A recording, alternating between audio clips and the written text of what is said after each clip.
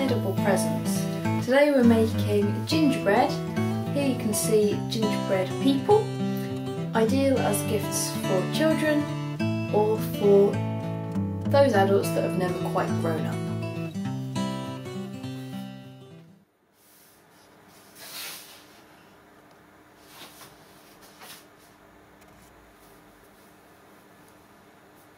Oh, hello. So, back with me again then. Edible presents, making tasty, delicious treats to give to loved ones, friends, etc.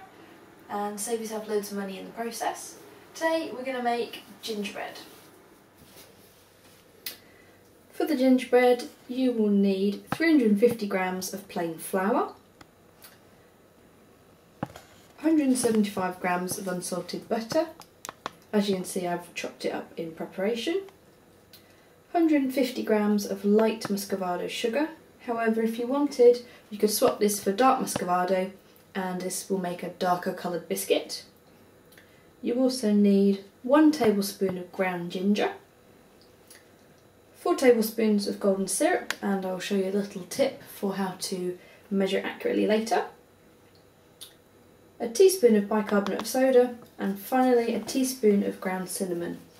Once you've made the cookies, or the gingerbread, you'll also, if you want to decorate them, need some icing sugar and anything else you want to decorate them with.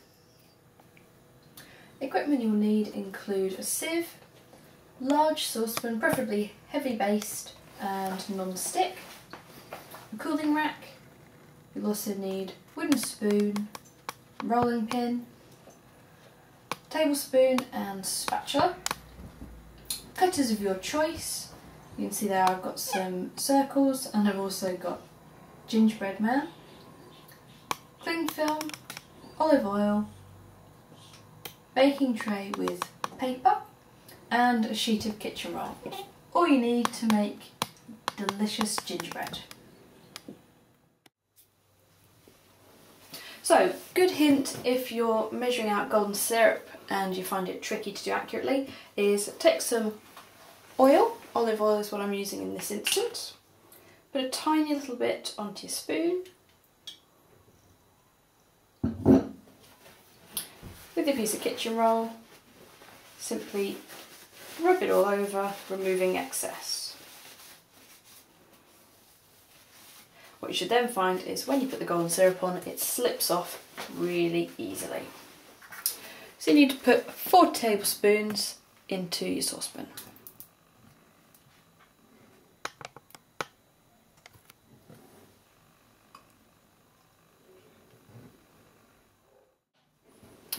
Then add the muscovado sugar and the butter.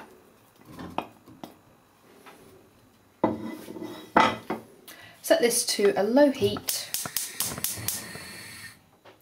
and leave to melt. Don't rush this or you'll completely ruin your gingerbread.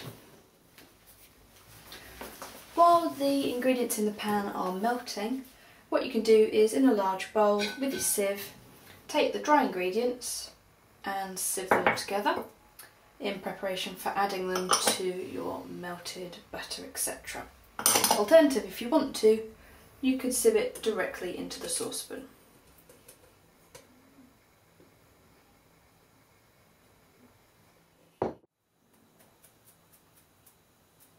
That's now ready to go into the melted ingredients.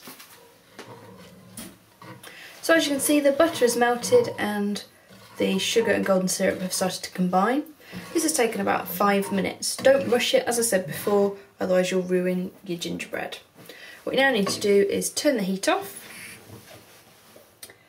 and spoon in your dry ingredients.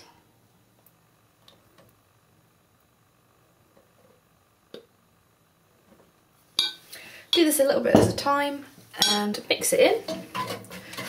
This will gradually become harder to do because you're trying to eventually form a dough. As you can see, I've now combined the dry ingredients to the melted butter and sugar and given myself a good arm workout in the process. What you now need to do is leave it until it's cool enough to handle, where you'll need to put it onto a clean work surface. Now the mixture is cool enough to handle, so pour it out onto your work surface.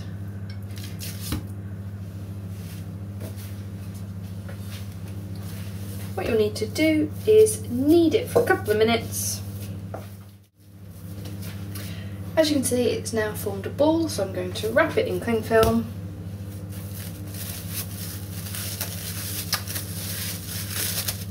Put it in the fridge for 20 minutes and have a cup of tea.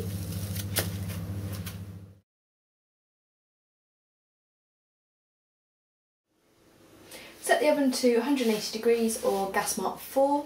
Obviously if you've got a fan oven, then about 10% lower, or whatever your oven handbook recommends.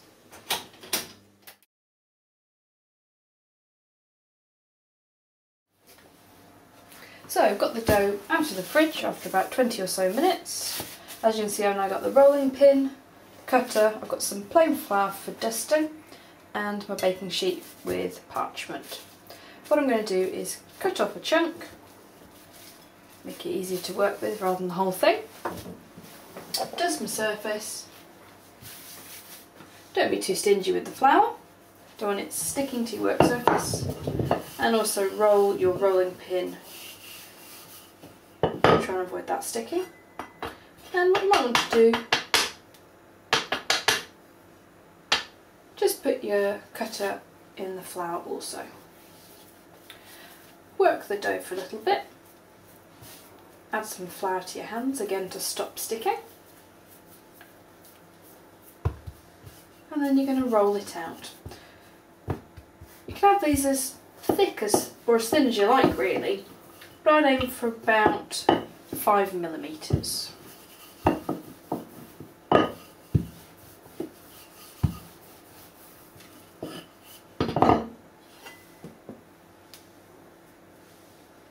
Then obviously put the cutter onto it.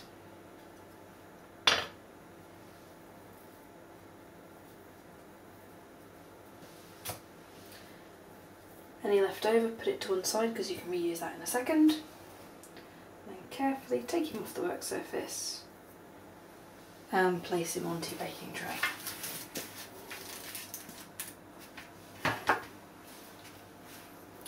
Repeat this as many times as you need to, using up all the dough. Obviously it doesn't have to be just one particular shape. I'm doing these for a small child's birthday. I'm going to put them in the oven, which I put on to heat up to 180 degrees about 10 minutes before I took the dough out of the oven. These will take approximately 12 minutes, but they should be golden brown. So I've just got these out of the oven. I've let them sit for a minute or two on the tray to cool before I put them on the rack for final cooling.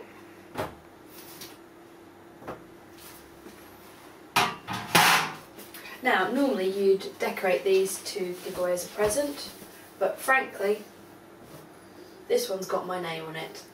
Happy cooking!